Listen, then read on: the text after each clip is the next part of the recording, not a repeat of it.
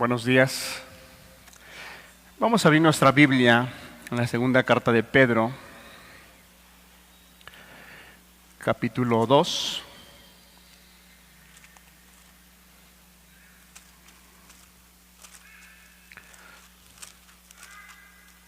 En el versículo 4.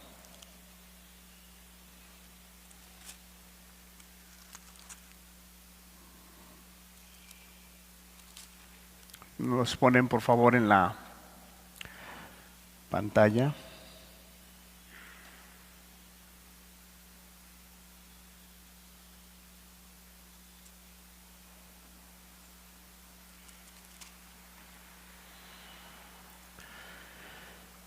Esperemos que no nos agote el calor. Si llegaran a tener calor, como dijo nuestro hermano, puede levantarse a tomar agua. No pasa nada, es tiempo de calor y el lugar no está muy acondicionado para este tiempo de calor. Dice de la siguiente manera, vamos a leer del capítulo 2, del versículo 4 al 10.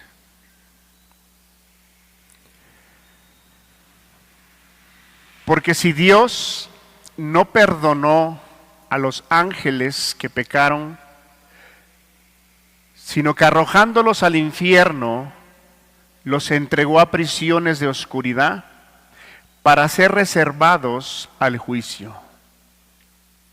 Y si no perdonó al mundo antiguo, sino que guardó a Noé, pregonero de justicia, con otras 7 personas, trayendo el diluvio sobre el mundo de los impíos.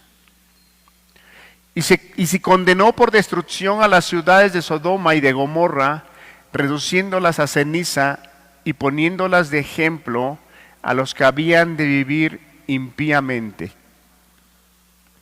Y libró al justo Lot, abrumado por la nefanda conducta de los malvados. Porque este justo que moraba entre ellos, afligía cada día su alma justa, viendo y oyendo los hechos inicuos de ellos. Sabe el Señor librar de tentación a los piadosos y reservar a los injustos para ser castigados en el día del juicio. Y mayormente aquellos que siguiendo la carne andan en concupiscencia e inmundicia, y desprecian el señorío, atrevidos y contumaces, no temen decir mal de las potestades superiores. Ok. Como puede usted ver, estos versículos hablan de, el título de la enseñanza es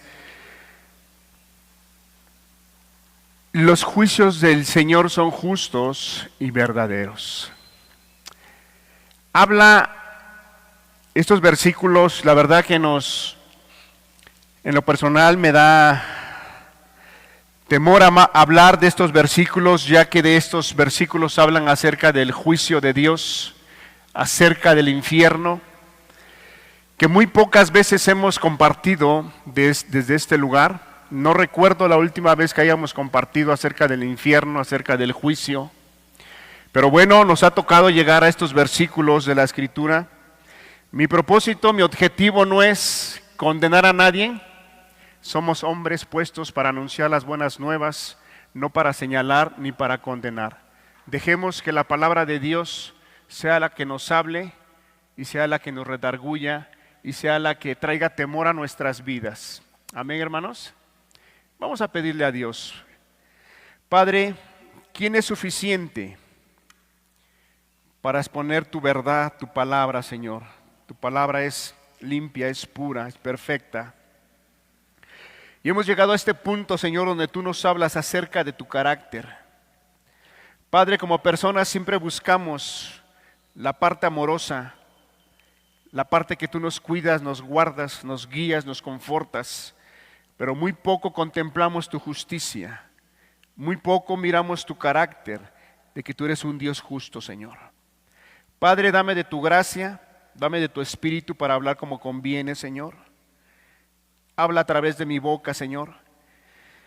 Y abre el corazón y el entendimiento de cada persona que está aquí presente y de aquellos que están escuchando, Señor. Para que hoy nuestras vidas sean transformadas, venga tu temor, porque dice tu palabra que con el temor de Jehová el hombre se aparta del mal, Señor. Y también tu palabra dice para todos aquellos que hemos sido creyentes en Hebreos capítulo 12, que habiendo recibido un reino inconmovible tengamos gratitud y mediante ella sirvámosle a Dios con temor y reverencia, porque Él es fuego consumidor. Padre, nos ponemos en tus manos y te agradecemos en el nombre precioso de Jesús. Amén. Amén. Si nos pones nuevamente el versículo 4, por favor.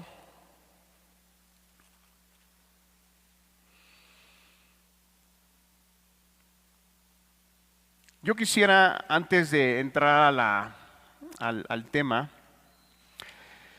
quisiera yo puntualizar cómo la palabra de Dios nos menciona y nos habla constantemente y nos repite el carácter de Dios. En Romanos capítulo 11, en el versículo 22, si nos los pone por favor en la pantalla. Es importante que nosotros tengamos siempre claridad del carácter de Dios.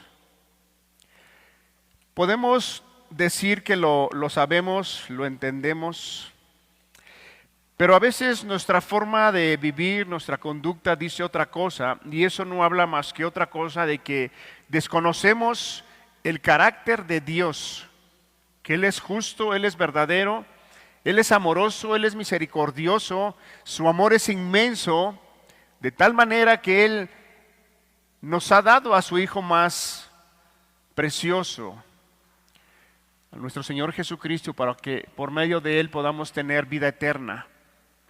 Y todo aquel que cree, dice la Escritura, no será condenado. Todo aquel que cree no será condenado, mas aquel que no ha creído ya ha sido condenado. Es importante que nosotros tengamos bien claro en nuestra vida, en nuestra mente, el carácter de Dios.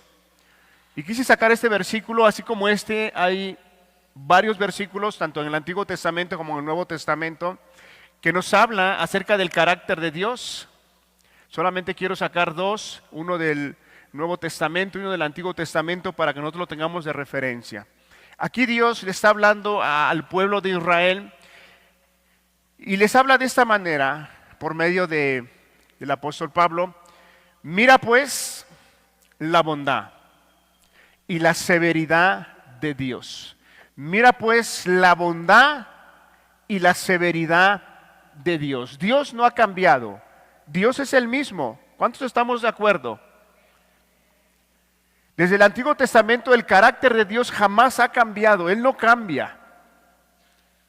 Por eso dice Santiago que Él no tiene variación de sombra. Él no se mueve. Él es el mismo. Mira pues la bondad y la severidad de Dios. La severidad ciertamente para los que cayeron, pero la bondad para contigo si permaneces en esa bondad, pues de otra manera tú también serás cortado. Salmo 7:11, por favor.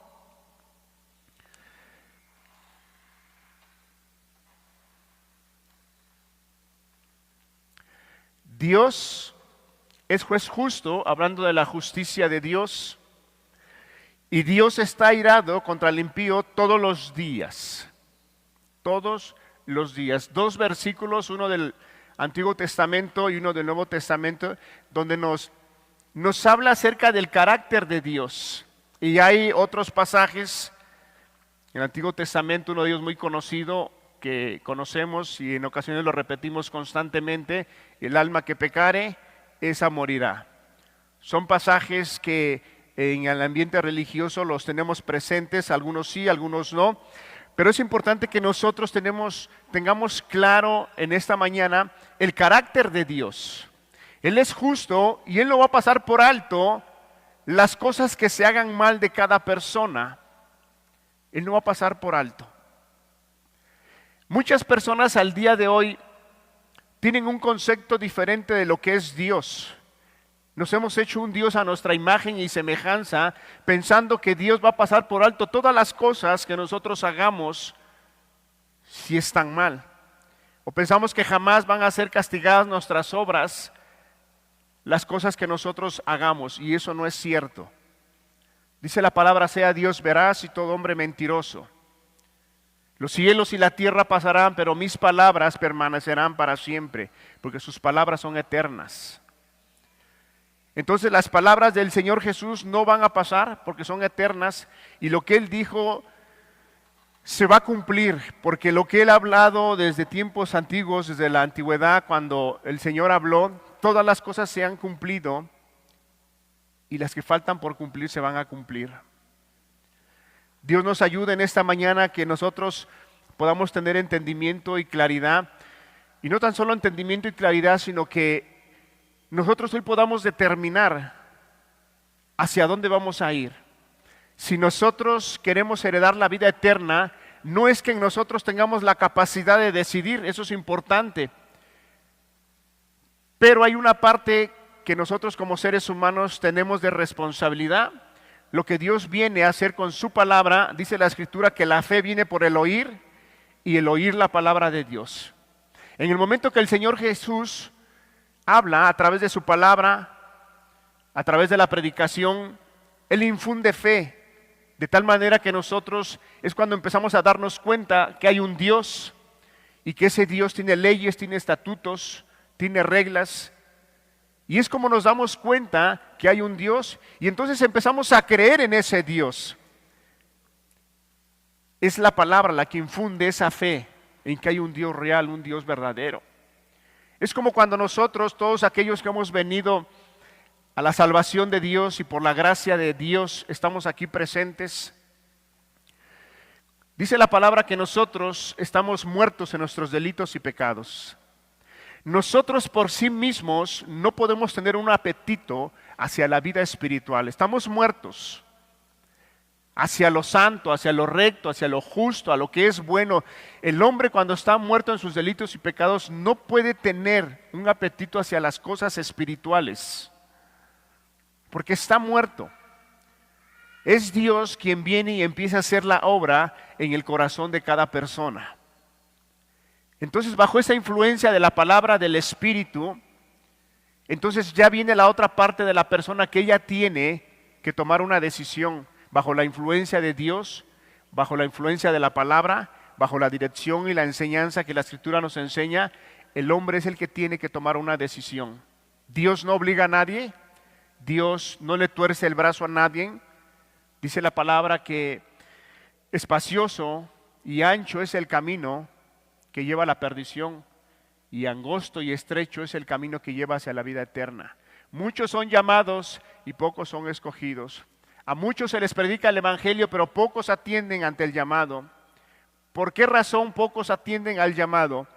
Porque de acuerdo a lo que vamos a ver en el versículo 10, quiero adelantarle, si nos pone en el capítulo 2 de Pedro, en el versículo 10. ¿Por qué muchas personas, si usted algún día se ha preguntado, bueno, ¿por qué ha pasado tiempo, ha pasado años, meses, años o décadas, y yo no puedo encontrar la salvación de mi alma, yo no puedo llegar a ese punto que la palabra me enseña, que la palabra dice? Es por algo muy sencillo. Y mayormente aquellos que siguiendo la carne andan en concupiscencias e inmundicia y desprecian el señorío. Aquellos ejemplos que vamos a ver, al final vamos a concluir con este versículo, y la razón por la cual esas generaciones que Dios está poniendo, inspirando a Pedro, tanto aquellos ángeles que se rebelaron, tanto aquella generación de Noé y aquella generación de Sodoma y Gomorra, de Lot, tienen una característica muy clara en la vida de ellos. No quisieron estar bajo el señorío del Señor. Y esa es la razón por la cual muchas personas no vienen y se entregan al Señor, porque no quieren vivir bajo el señorío del Señor, quieren vivir haciendo su voluntad. Se han formulado un evangelio conforme a su pensamiento, conforme a sus ideas, y consideran que ciertas cosas son así y ciertas cosas son de esta manera. Y eso jamás nos va a llevar hacia la vida eterna. Lo único que nos va a llevar a la vida eterna es por medio de nuestro Señor Jesucristo, que Él vino.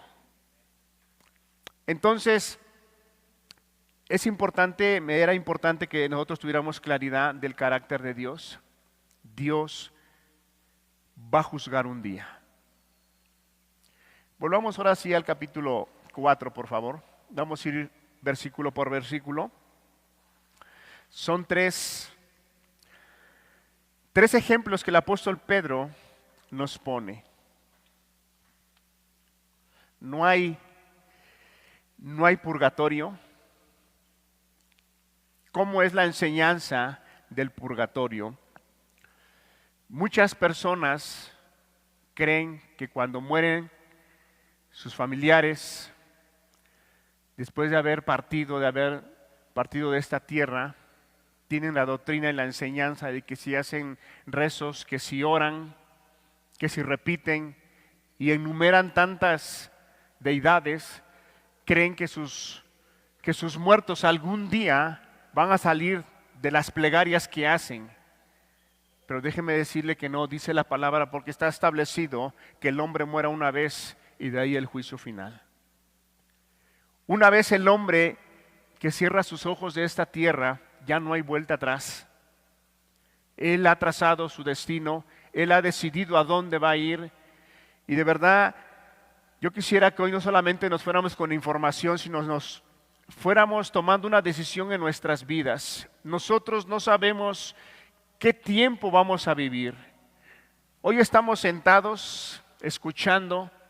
No sabemos si saliendo de aquí algo sucederá con nuestras vidas, porque nadie tiene la vida segura. Dice la palabra que Dios es el que da la vida y Dios es el que la quita. Dios es el que hace la llaga y Dios es el que la sana.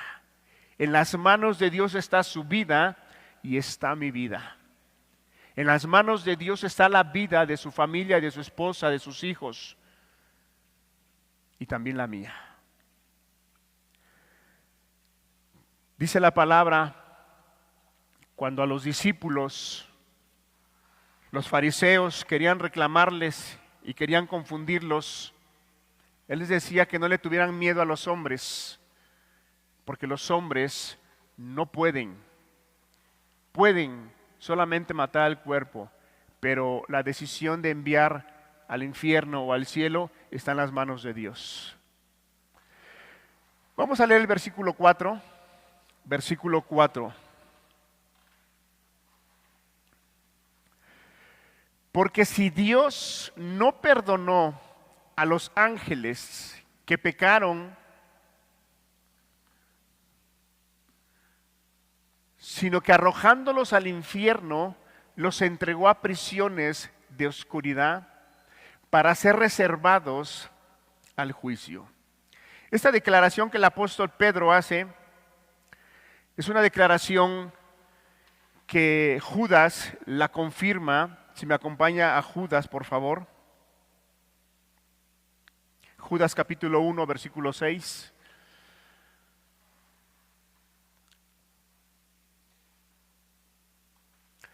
Y a los ángeles que no guardaron su dignidad, sino que abandonaron su propia morada, los ha guardado bajo oscuridad en prisiones eternas para el juicio del gran día. Esta declaración que el apóstol Pedro está haciendo, de acuerdo a varios estudiosos que se dedican a estudiar la escritura, en el mundo de la teología, teólogos, algunos tienen alguna diferencia, pero la mayoría de ellos concuerda que es en aquel día cuando Lucifer, el diablo, llamado Satanás, se rebela en contra de Dios.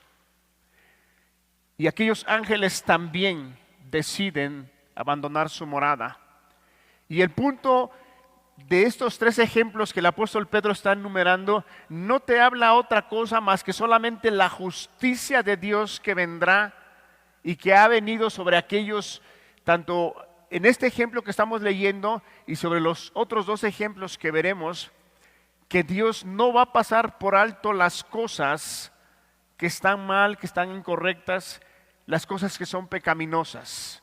Acordémonos de que Dios es santo. Y dice la palabra que ninguna cosa inmunda entrará en su reino, en su gloria. Y creo que entendemos con mucha claridad por qué Él es santo. Por eso la importancia de que el hombre venga a un arrepentimiento y sea justificado, sea santificado. Es la manera en la cual el hombre podrá entrar al reino de los cielos, bajo esa justificación, bajo esa santificación que viene por medio de Cristo Jesús. Pero a veces pareciera que la generación que estamos viviendo es una generación que no tiene conocimiento de que Dios va a juzgar a los hombres, que Dios los va a castigar. Y no es que Dios sea malo, eso es sumamente importante que nosotros tengamos claro, sino el carácter de Dios es que es justo, y todo lo que hace Él es justo.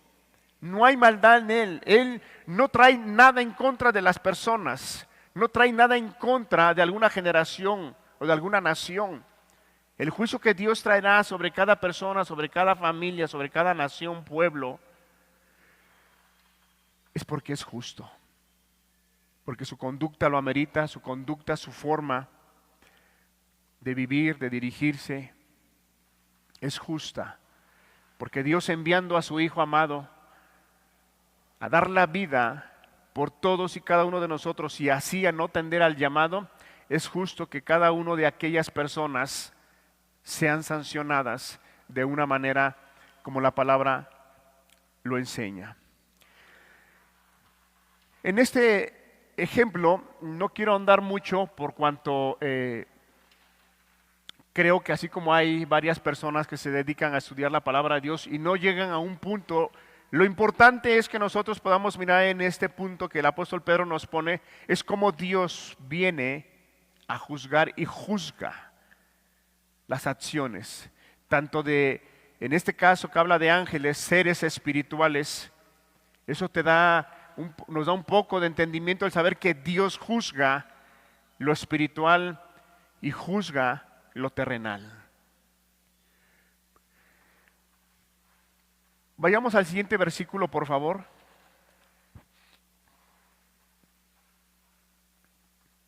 Segunda de Pedro, capítulo 2. Vamos a estar sobre ese capítulo. El versículo 5 dice de la siguiente manera: y si no perdonó al mundo antiguo, sino que guardó a Noé, pregonero de justicia, con otras 7 personas, trayendo el diluvio sobre el mundo de los impíos. Creo que todos sabemos la condición en la cual se movía la generación de Noé. Y les decía yo que algo en los cuales esos 3 ejemplos que nos pone Pedro encajan en un punto, en que no estaban de acuerdo en vivir bajo el señorío del Señor. Eran personas que estaban dispuestas a hacer su voluntad. No eran personas que estaban ajenas al evangelio, al camino de la salvación. Eran personas que tenían claridad. Noé, ¿qué tiempo le llevó a Noé construir el arca? ¿Alguien puede tener un dato que haya escuchado? ¿Cuántos años? ¿Cuántos? 100. Pongámosle 100 años. Es el número que varios personajes que estudian la palabra consideran que 100 años le llevó en construir el arca. ¿Y qué hacía Noé durante esos 100 años? Pregonaba. La escritura le llama que era un pregonero de justicia. Él pregonaba el evangelio, anunciaba que venía el juicio, anunciaba que iba a llover porque era un juicio de Dios por la conducta de las personas. Si vamos a Génesis capítulo 6, del versículo 1 al 6.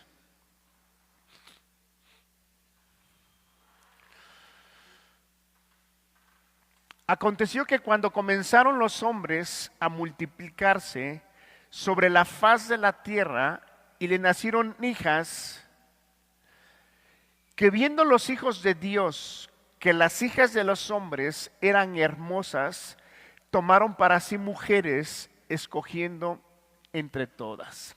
Otra referencia del primer ejemplo que vemos, muchas personas también concuerdan que aquellos ángeles, seres celestiales, están involucrados en este punto. El versículo 2, ponlo por favor. Que viendo los hijos de Dios que las hijas de los hombres eran hermosas, tomaron para sí mujeres, escogiendo entre todas. Versículo 3. Y dijo Jehová: no contenderá mi espíritu con el hombre para siempre, porque ciertamente él es carne, mas serán sus días 120 años. Versículo 4. Había gigantes en la tierra en aquellos días y también después de que se llegaron los hijos de Dios a las hijas de los hombres y les engendraron hijos. Estos fueron los valientes que desde la antigüedad fueron varones de renombre. Versículo 5. Y vio Jehová que la maldad de los hombres era mucha en la tierra y que todo designio de los pensamientos del corazón de ellos era de continuo solamente el mal. Versículo 6. Y se arrepintió Jehová de haber hecho hombre en la tierra y le dolió en su corazón. ¿Qué es lo que estamos viendo en esta generación de Noé? Hay, en esos 3 ejemplos que el apóstol Pedro enumera, hay un pecado que predomina en esos 3 ejemplos. Tanto en los ángeles que fueron y van a ser juzgados y puestos en el infierno, la generación de Noé y la generación de Sodoma y Gomorra, hay un pecado muy específico que los caracteriza. Hay muchos, tienen muchos pecados, pero hay uno por el cual su maldad fue abundante, Inmoralidad. Inmoralidad sexual. Porque en el versículo 1 de Génesis capítulo 1 dice que los hijos de Dios, al ver a las mujeres de los hombres, se mezclaron. Y tenían muchos pecados, pero un pecado que los caracteriza es la inmoralidad. Entonces, qué importante es que nosotros miremos que Dios no va a pasar por alto las cosas que hacemos incorrectamente. El pecado más claro de la generación de Noé era rebeldía. Eran pecados de tal manera que Noé se pasaba todo el tiempo hablando y pregonando y hablando y diciendo que Dios iba a juzgar a la tierra. Y les habló, ¿con qué finalidad les habló? ¿Con qué finalidad les proclamó el evangelio? ¿Cuál era la intención de Dios? Que ellos se volvieran, porque dice la palabra que Dios no quiere que ninguno perezca, sino que todos procedamos al arrepentimiento. Mire, dice la palabra también otro pasaje que Dios, habiendo pasado por alto los tiempos de esta ignorancia, ahora manda a todo hombre y en todo lugar que se arrepienta. Esa parte cuando dice, Dios habiendo pasado por alto los tiempos de esta ignorancia, ¿a qué ignorancia se refiere? Se refiere que a esa ignorancia, antes de que nosotros vengamos al evangelio, antes de que nosotros escuchemos la palabra de Dios, somos ignorantes, no conocemos a Dios. No sabemos que hay un Dios que gobierna en los cielos y sobre la tierra. Y que ese Dios ha puesto mandamientos, ha puesto leyes, ha puesto estatutos para que su creación se someta a esos mandamientos. Pero cuando no conocemos del Evangelio, somos ignorantes. No sabemos que hay un infierno, no sabemos que hay un cielo, no sabemos que hay vida eterna, no sabemos que hay condenación. Vivimos conforme a nuestra voluntad en ignorancia. Entonces Dios dice, ok, no hay problema. Estabas en ignorancia, no sabías. Pero una vez conociendo el Evangelio, una vez conociendo la palabra, una vez conociendo quién es Dios y que Él merece respeto y Él merece honra y merece gloria y merece obediencia porque somos creación de Él, cuando nosotros una vez estando entendidos de eso y no lo hacemos, eso se llama rebelión. Porque el hombre ya se está rebelando contra Dios de una manera, como dice, con alevosía y ventaja. El hombre ya hace lo malo entendiendo que eso está mal y aún así se atreve a hacerlo. Eso ya es rebelión contra Dios. Y cuando dice la palabra en Génesis, no contenderá mi espíritu para siempre, porque ciertamente Él es carne. Cuando Él dice no contenderá, nos da a entender como cuando dos ejércitos se alinean para luchar. Se alinean y arman su fortaleza. Es lo que nos da a entender cuando dice Dios no va a contender, porque el hombre se alista, el hombre alista todo su entendimiento, toda su inteligencia, todo lo que está alrededor para hacer lo malo y pecar contra Dios.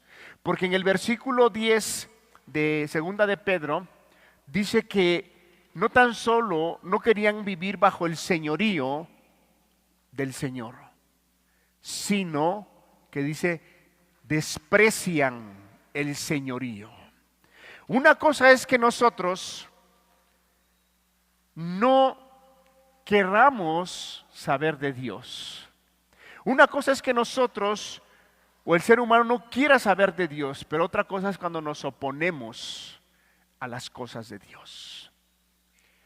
Otra cosa es cuando somos opuestos, cuando hacemos escarnio de las personas que buscan a Dios, cuando señalamos a alguien, cuando decimos, pues no que tú eres muy cristiano, no que tú eres muy cristiano, no que tú todo lo puedes. A ver, estás haciendo escarnio.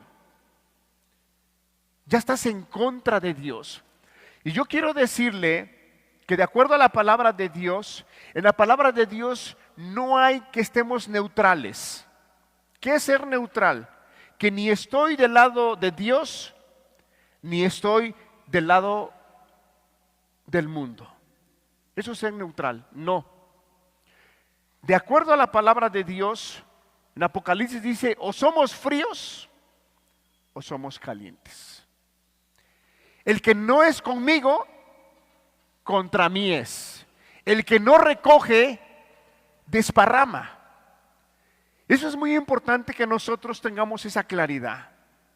En el cristianismo el llamado que el Señor hace no es de que yo quiero un poco ser cristiano y ser un poco del mundo. No hay, no existe. Ese es un evangelio mal. Esa es una doctrina mal. Es una doctrina incorrecta. Y por esa doctrina que a veces se predica, dice la palabra que aquellos falsos profetas, aquellos falsos maestros van a ser condenados.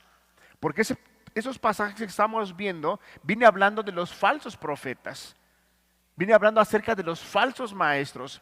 Pero yo no quiero que usted nada más diga, bueno, es para los falsos maestros. No, porque en la parte de los versículos de abajo dice, y estos ejemplos están puestos para todos aquellos que viven impíamente. Viven impíamente. ¿Qué es vivir impíamente? Vivir impíamente es hacer nuestra voluntad. Es hacer lo que mejor me parece, lo que mejor considero, lo que mejor me hace sentir bien. Eso es hacer nuestra voluntad. Vayamos al otro ejemplo que nos pone el apóstol Pedro, el siguiente versículo de segunda de Pedro.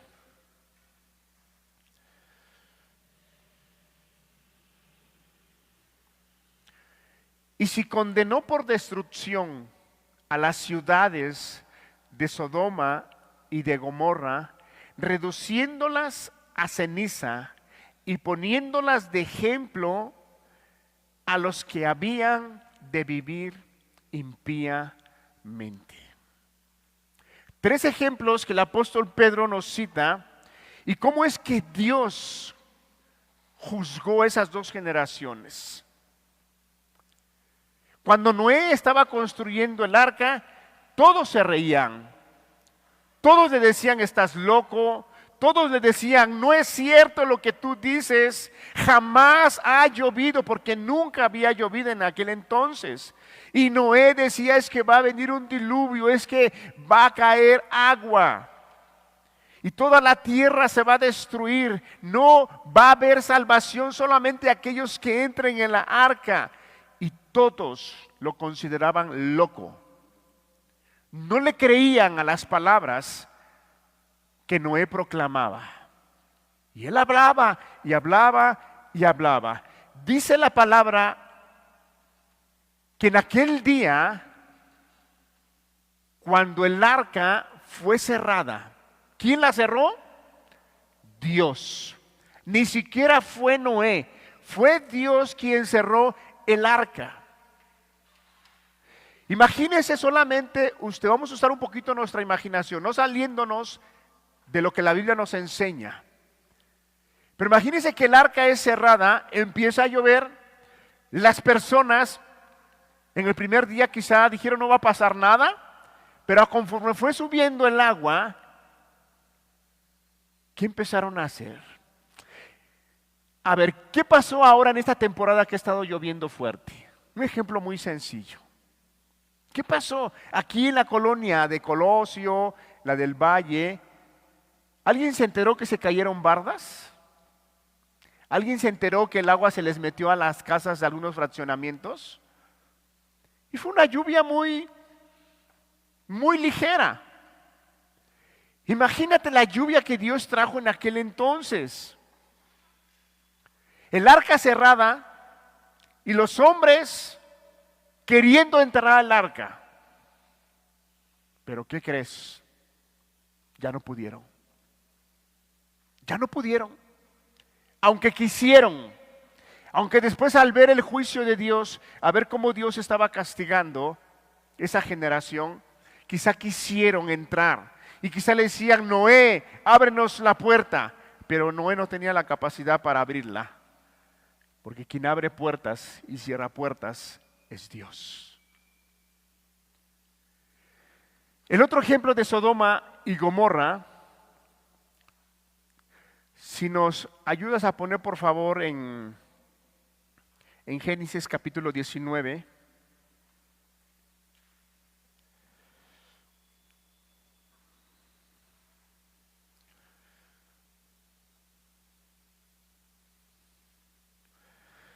Llegaron pues los 2 ángeles a Sodoma a la caída de la tarde, y Lot estaba sentado a la puerta de Sodoma. Y viéndolos Lot se levantó a recibirlos y se inclinó hacia el suelo. Antes de estos versículos, si usted recuerda, Dios hablando con Abraham y Abraham intercediendo por Sodoma y Gomorra. ¿Sí se acuerdan de esa historia? Donde Abraham intercede. Dios le dice a Abraham que él va a destruir Sodoma y Gomorra por su pecado, por su maldad. Y Abraham dice, Señor, tú eres justo, tú eres verdadero. Yo no te creo capaz que tú destruyas a esos lugares, porque yo creo que si hay personas justas. Señor, si hubiera 50 personas justas, ¿tú las vas a castigar? La respuesta de Dios es no. Si hubiera 50 personas justas, yo no tengo por qué castigar a estas personas. Y de ahí dice Abraham, Señor, si hubiera 45, Dios dice, si hubiera 45, yo no las castigo. Señor, si hubieran 40. Y así se vino Abraham manejando. Dice, Señor, si hubiera 10, Abraham, yo no juzgo a esas naciones. Pero ¿qué crees? No se halló ni una persona justa, solamente loco. Entonces después de eso vienen estos versículos y dijo, ahora mis señores, aquellos 2 ángeles que habían venido con Abraham, de ahí fueron a sacar a Lot. Y dijo ahora: mis señores, os ruego que vengan a casa de vuestro siervo y os hospedéis, y lavaréis vuestros pies, y por la mañana os levantaréis, y seguiréis vuestro camino. Y ellos respondieron: no, que en la calle nos quedaremos esta noche. Versículo 3. Mas él porfió con ellos mucho, y fueron con él. Y entraron en su casa, y les hizo banquete, y coció panes sin levadura, y comieron. Pero antes que se acostasen, rodearon la casa los hombres de la ciudad, los varones de Sodoma, todo el pueblo junto, desde el más joven hasta el más viejo. Y llamaron a Lot y le dijeron: ¿dónde están los varones que vinieron a ti esta noche? Sácalos para que los conozcamos. Creo que todos sabemos, de una u otra manera, se ha dicho que esta frase, conozcamos, quiere decir tener una relación sexual.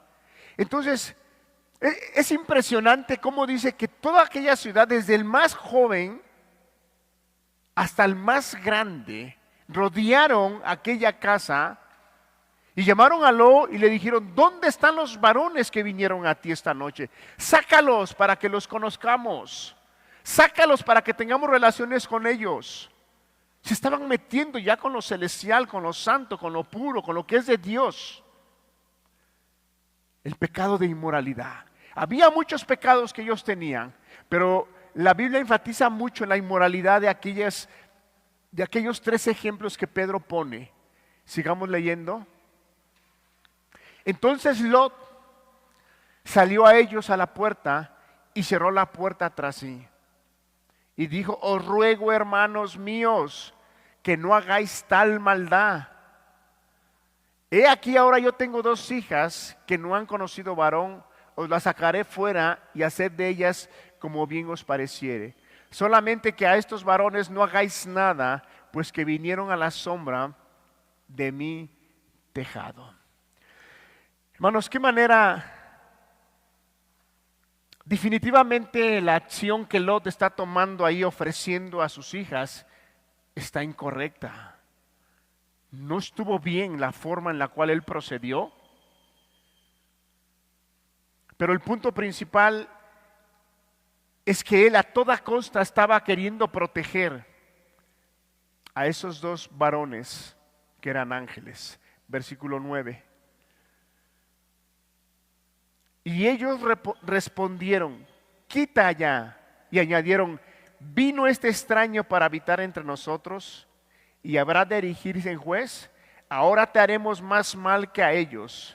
Y hacían gran violencia al varón, a Lot, y se acercaron para romper la puerta. ¡Qué tremendo!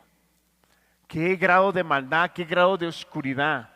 ¡Qué sed de maldad! Porque esa ya es una sed insaciable, que no podían saciarse. Y así es el hombre, no se sacia. Quiere más y quiere más y quiere más y no le satisface. ¿Por qué? Porque el hombre no tiene llenadera. El hombre, si no tiene a Cristo, jamás va a estar lleno. Jamás. Versículo 11. Y a los hombres que estaban a la puerta de la casa hirieron con ceguera desde el menor hasta el mayor. O sea, los ángeles tuvieron que traer un juicio sobre ellos. Les trajo ceguera. Pero dijéramos, ¿se calmaron? ¿Se calmaron con ese juicio? No, sino por lo contrario dice: y a los hombres que estaban a la puerta de la casa hirieron con ceguera desde el menor hasta el mayor, de manera que se fatigaban buscando la puerta. Hermanos, eso nos deja ver que hay personas que son insaciables en sus pecados, que pueden caer incluso en una enfermedad, en una situación complicada y no les importa. Siguen y siguen y siguen. Hermano, y la naturaleza del hombre no ha cambiado, la genética del hombre no ha cambiado, es la misma. Es la misma. Solo Dios puede hacer al hombre feliz. Solo Dios puede llenar al hombre. Le decía yo que esos tres ejemplos que el apóstol Pedro nos pone, si volvemos a Pedro por favor, encajan en un punto. No quieren vivir bajo el señorío. No están dispuestos. Y si condenó por destrucción a las ciudades de Sodoma y de Gomorra, reduciéndolas a ceniza y poniéndolas de ejemplo a los que habían de vivir impíamente. Y libró al justo Lot, abrumado por la nefanda conducta de los malvados, porque este justo que moraba entre ellos afligía cada día su alma justa, viendo y oyendo los hechos inicuos de ellos. Sabe el Señor librar de tentación a los piadosos y reservar a los injustos para ser castigados en el día del juicio. Y mayormente aquellos que siguiendo la carne andan en concupiscencias e inmundicia y desprecian el señorío. La razón por la cual aquellos ángeles que fueron juzgados, la razón de la generación de Noé, la razón de Sodoma y Gomorra, que ellos vivieron y fueron juzgados y fueron castigados, porque fueron destruidos de esta tierra. Pero aquí no se termina el castigo. Muchas personas piensan que bueno, lo que el hombre hace lo paga aquí. Y aquí está el infierno. Eso no es cierto. Eso no es verdad, no es verdadero. Y yo quisiera que en esta mañana tarde usted tuviera claridad que realmente el infierno, el juicio de Dios va a venir sobre aquellas personas que deciden vivir impíamente. Eso es real, eso es verdadero. Por eso el apóstol Pedro, antes de estos versículos, está trayendo y dice, porque tenemos la palabra profética más segura, hombres que fueron inspirados por Dios. Y pone estos tres ejemplos para que aquellos falsos maestros tengan temor y a ver si así se apartan de las doctrinas que están infiltrando para desviar a los discípulos.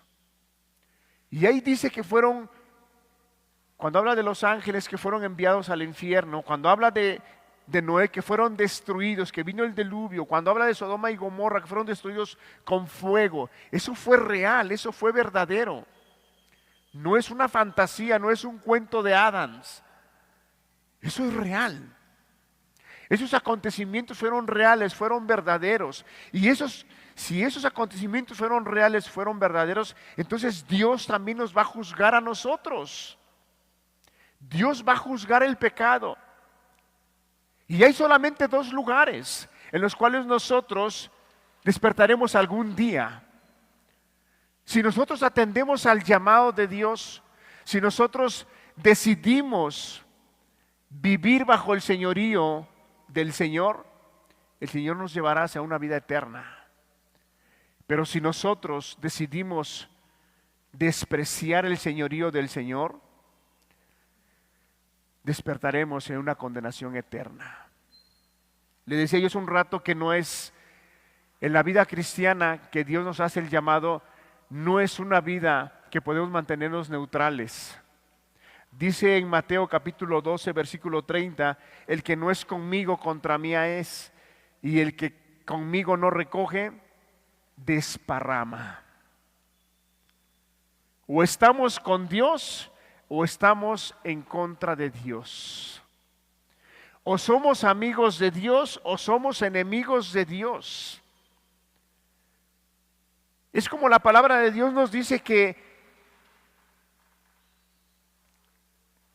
hay dos padres o hay dos hijos. Los hijos que somos hijos de Dios y hay hijos que son hijos del diablo. No hay intermedios, no hay Decía un hermano, no hay huérfanos en este mundo. No hay huérfanos. Todos tenemos un padre. Todos tenemos un padre. Entonces, si nosotros no estamos con Cristo, estamos en contra de Cristo. Si nosotros no estamos caminando en ese señorío del Señor, entonces estamos en contra de su señorío. No estamos de acuerdo en la forma que Él ha establecido que nosotros vivamos. Y podemos disfrazar de muchas maneras nuestras vidas, nuestras acciones, nuestro comportamiento, nuestras decisiones. Podemos disfrazarlas, pero esa es una doctrina que el mundo trae hacia nuestras mentes, pensando que Dios no va a juzgar nuestras obras, pensando que puedo llevarme una vida relax, tranquila. Ahora, la pregunta sería, si esos tres ejemplos no quisieron vivir bajo el señorío de Cristo y fueron personas muy pecaminosas, fueron personas que se dedicaron a hacer el mal, ¿habrá otras personas a las cuales el Señor Jesús señaló y les dijo que eran peores que Sodoma y Gomorra? Sí las hay. Y quiero que me acompañe usted a un versículo.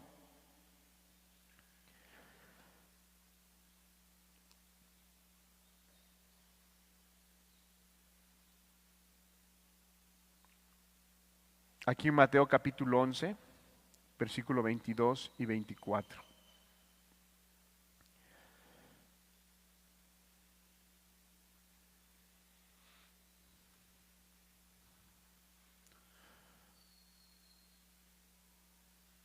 Por tanto, os digo que en el día del juicio,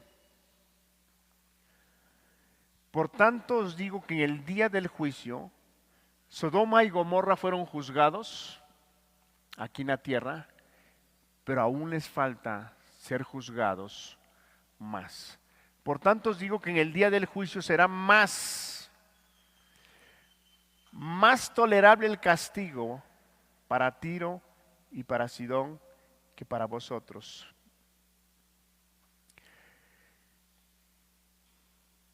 Versículo 23. Le dije capítulo 11, versículo 22.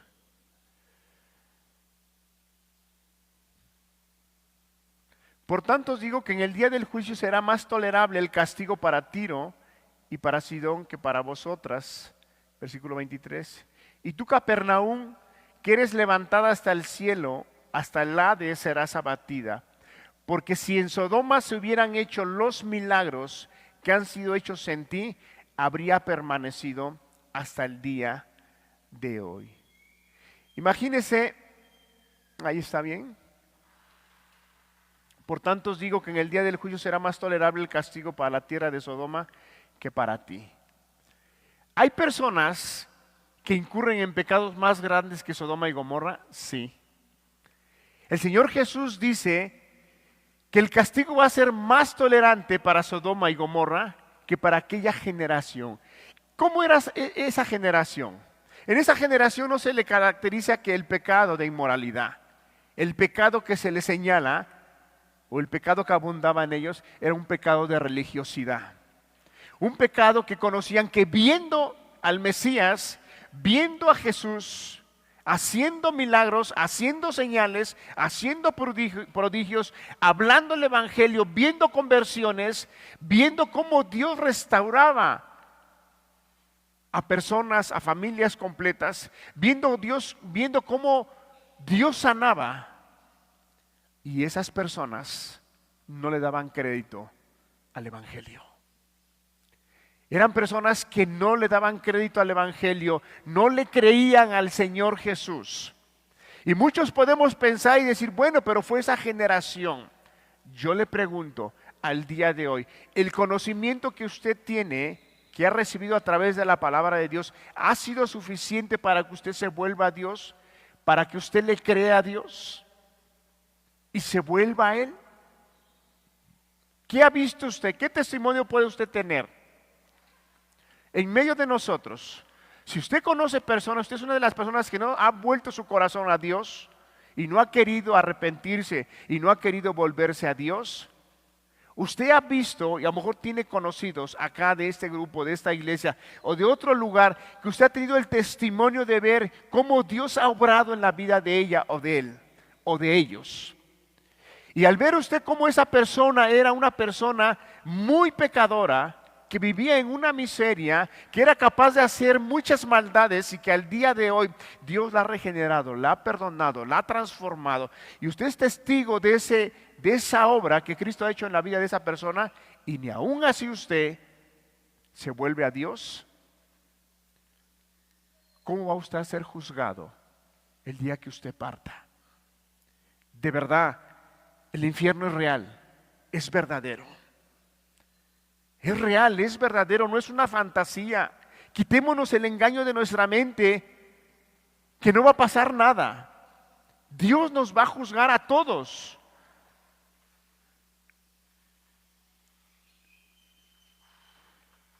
De verdad que Dios nos ayude y traiga temor a nuestras vidas, para que nosotros cambiemos nuestra manera de caminar. Si usted no ha creído en el Señor Jesús, venga usted a Cristo Jesús. Él es el único que puede darle vida eterna. Pero si usted no cree en el Señor Jesús, le espera una condenación eterna, el infierno mismo. ¿Cómo describe la palabra el infierno? Dice que será el lloro y el crujir de dientes, donde el fuego nunca se apaga. Un fuego eterno. Uno de los comentaristas dice que la parte más difícil y más insoportable que será en el infierno es totalmente la ausencia de Dios. De verdad, el no tener a Dios. Al día de hoy muchas personas viven impíamente, viven haciendo su voluntad y parece que no les pasa nada y parece que llevan una vida normal, pero porque al día de hoy el Espíritu de Dios está sobre la tierra. Pero una vez que el Espíritu de Dios sea quitado de la tierra y que no vivamos bajo la influencia de Dios, de la palabra, del mensaje, del evangelio, rodeados de personas que conocen al Señor, qué terrible va a ser. Qué terrible va a ser. Porque al día de hoy muchas personas, aunque sean impíos, aunque estén corrompidos en sus vidas, se detienen por la influencia del Espíritu, por la influencia de la palabra, por la oración de la iglesia. Se detienen muchas personas. Pero en el momento que la presencia sea quitada de este mundo, por eso dice la palabra que en aquel día las personas van a desear morir y no van a poder. Van a desear morir. Hermanos, tan real es esto, que miren lo que dice en Isaías capítulo 63. Isaías capítulo 63.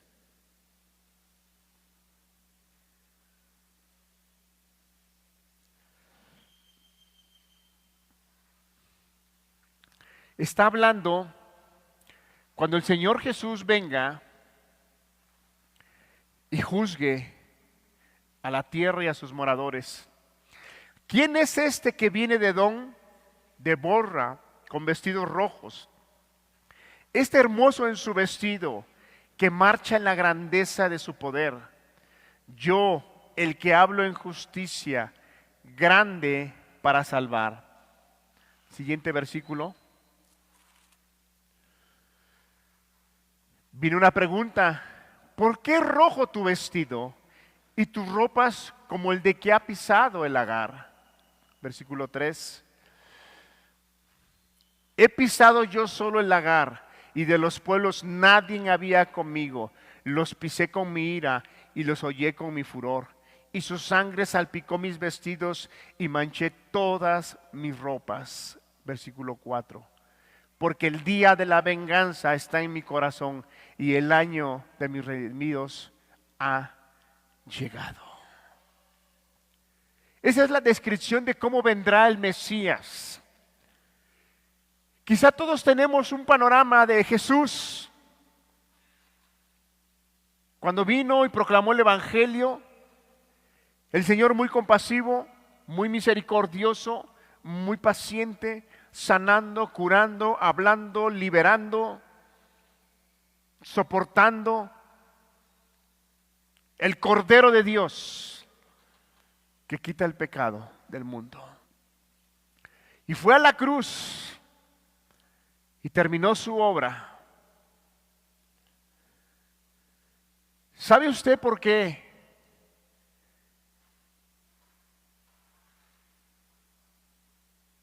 se le dan dos títulos al Señor, que es el Cordero de Dios?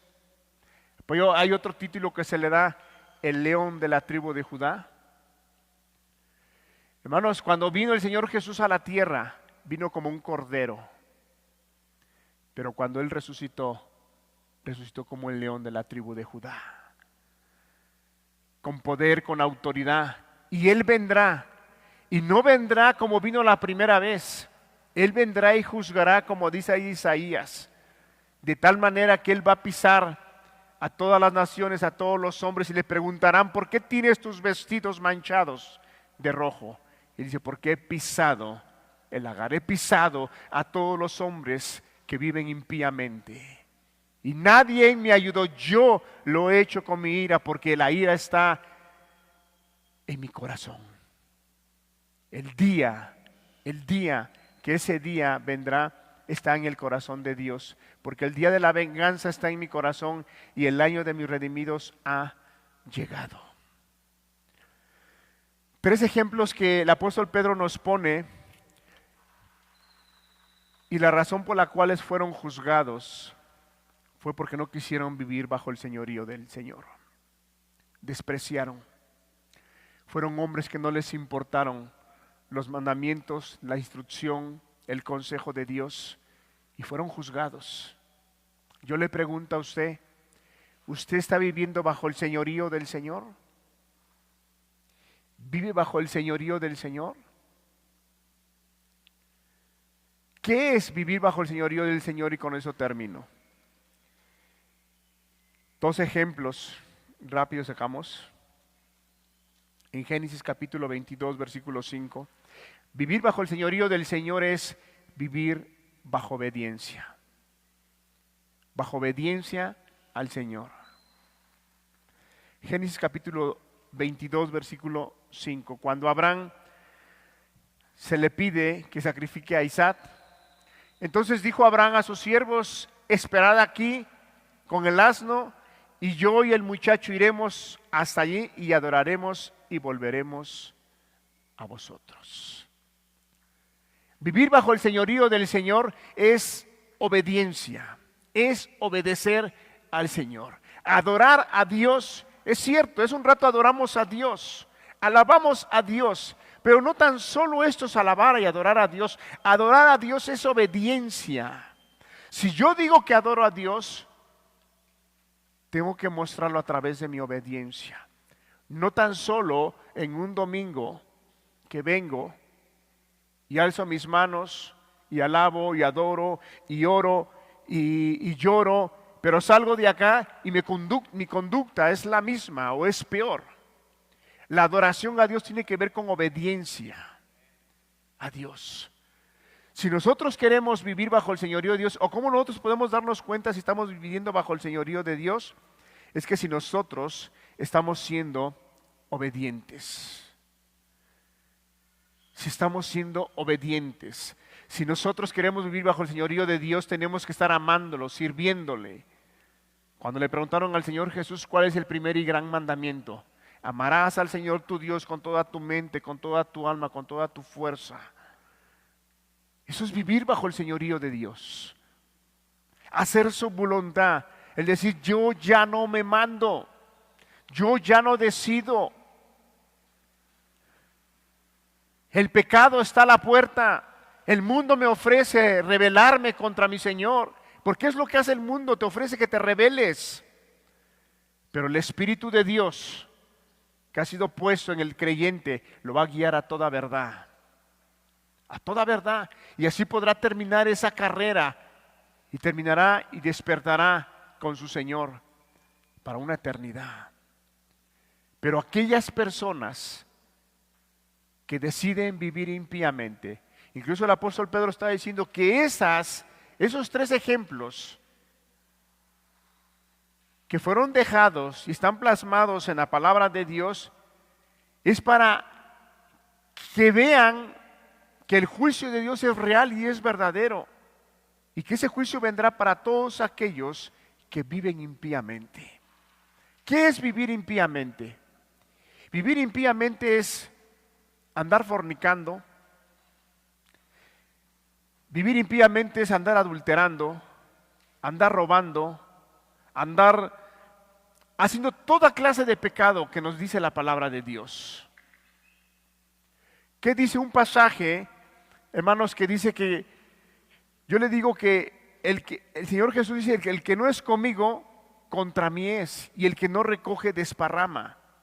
Es un rato el hermano Rogelio citó un pasaje que dice que el que se constituye amigo del mundo se constituye enemigo de Dios. Todo aquel que abraza el mundo, que abraza su forma de vida, se hace amigo del mundo, automáticamente se constituye enemigo de Dios. Enemigo de Dios. ¿Y usted sabe qué es ser enemigo de Dios? ¿Usted sabe qué es tener a Dios por enemigo? De verdad, que Dios nos ayude a entender esta verdad, porque solamente Él puede hacer entender esta verdad en el corazón de cada creyente. El pasaje que citábamos de Salmo 7:11 dice la palabra que Dios está airado contra el impío todos los días. Yo no sé, hermanos, me estoy refiriendo a los hermanos que han participado de la gracia del Señor, te acuerdes cómo Dios trajo el temor a tu vida. Y dice la palabra que con el temor de Jehová el hombre se aparta del mal. Cuando realmente el hombre se vuelve a Dios, hay una conversión real, verdadera, donde está dispuesto a dejar el mundo, a dejar el pecado y decir, Señor, aquí estoy. Lo que hizo el apóstol Pablo, llamado Saulo, antes de su conversión, cuando dice que iba camino a Damasco y se le apareció Jesús el Mesías, inmediatamente él cayó de rodillas y dijo, Señor, ¿qué quieres que haga? ¿Qué quieres que haga? Eso es querer vivir bajo el señorío del Señor. Pero si usted desprecia el señorío de Cristo, seguramente anda usted haciendo su voluntad. No le interesa lo que Dios piense acerca de su vida, de su condición, de su persona, porque no está usted dispuesto a vivir bajo la autoridad de Dios. Hay muchas personas que no quieren vivir bajo la autoridad.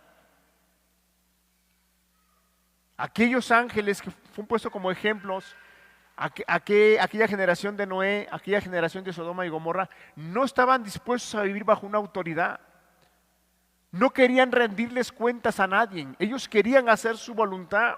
Y eso no es bíblico, eso no es correcto. Todos tenemos que estar sujetos a una autoridad, todos.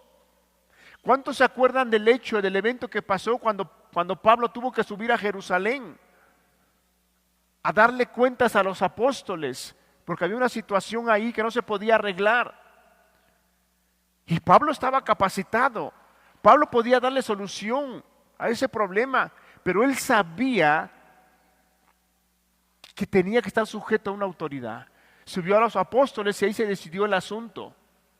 Hermanos, a través de la palabra de Dios nos deja ver que todos nosotros tenemos que estar bajo autoridad. La autoridad es Dios primeramente, su palabra. Pero cuando alguien no quiere vivir bajo una autoridad que es Dios, su palabra, es por eso que no quiere venir al Evangelio, porque sabe que Dios le va a demandar cosas, porque sabe que hay cosas que cumplir, hay cosas que tenemos que ser comprometidos.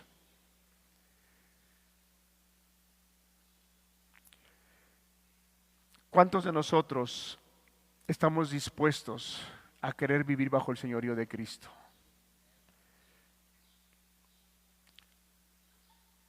Si usted al día de hoy, yo quiero concluir con esto, si al día de hoy usted no está caminando con el Señor, no es porque le ha faltado conocimiento o entendimiento de las cosas. Es porque no quiere usted vivir bajo el señorío del Señor. Es porque no quiere usted sujetarse a lo que Dios le dice. Le es más fácil llevar una vida a medias religiosa. Le es más fácil, más cómoda una vida ahí jugando un poco a la religión, a que realmente se comprometa usted con el Señor. Porque vivir bajo el señorío de Dios, Él nos dice que si no nos negamos incluso a nosotros mismos, no podemos ser sus discípulos. La vida cristiana tiene que ver con negarse a uno mismo. La vida cristiana no tiene que ver con comodidad, no tiene que ver con cosas buenas que siempre nos van a pasar y acontecer. No, la vida cristiana tiene demandas. Tenemos que estar dispuestos, por la gracia de Dios, a renunciar al pecado y a la maldad, que es la gracia de Dios que nos ayuda a renunciar, pero también a vivir para el Señor. Ordenarnos para el Señor, caminar en el Señor, ser obedientes al Señor, porque Él es digno, Él dio su vida por nosotros. Muchos cristianos pensamos que todavía nos pertenecemos a nosotros mismos. Pensamos que somos dueños de nuestra voluntad, que somos dueños de las cosas que tenemos, de nuestros bienes. Y ya no es así. Ahora somos del Señor. Él nos ha comprado con precio. De verdad que Dios nos ayude y Dios traiga temor a nuestras vidas y usted pueda tomar una decisión para volverse a Él. Porque Dios no quiere que ninguno perezca. Dios, dice la palabra, cuando vio a la generación de Noé, le dolió en su corazón al ver la maldad de los hombres. Dios, al ver tu maldad, al ver el pecado en el cual estás involucrado, a Dios le duele. Le duele porque sabe cuál va a ser el final de todas aquellas personas que deciden vivir impíamente. Vamos a cerrar nuestros ojos.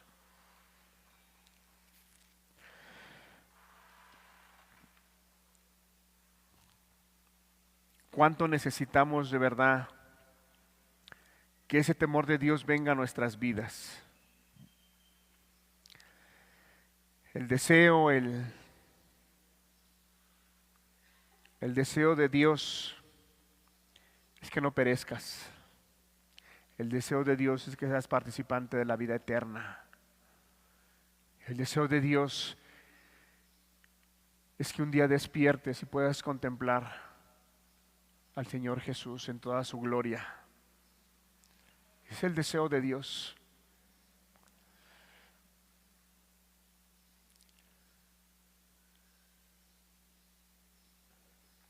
Dios no quiere que ninguno perezca, pero todos aquellos que no están dispuestos a vivir bajo el señorío del Señor serán condenados.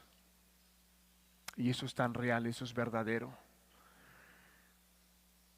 Padre, gracias te damos por la advertencia que tú nos das a través de tu palabra. Nos recuerda, Señor, que tú eres un Dios justo y verdadero, que todos los juicios que tú traes a este mundo, a esta tierra, son justos y son verdaderos. Trae temor a nuestras vidas, Señor. Tu verdad alumbre nuestro entendimiento para que podamos proceder, Señor, a ese arrepentimiento. Podamos volvernos, Señor, a ti, al único Dios verdadero, por el cual podemos obtener vida eterna. Padre, gracias por cada persona que tú has traído. Gracias por tu palabra. Sea tu Espíritu el que siga ministrando esta verdad en cada corazón. Te damos gracias, Señor, en el nombre precioso de Jesús. Amén.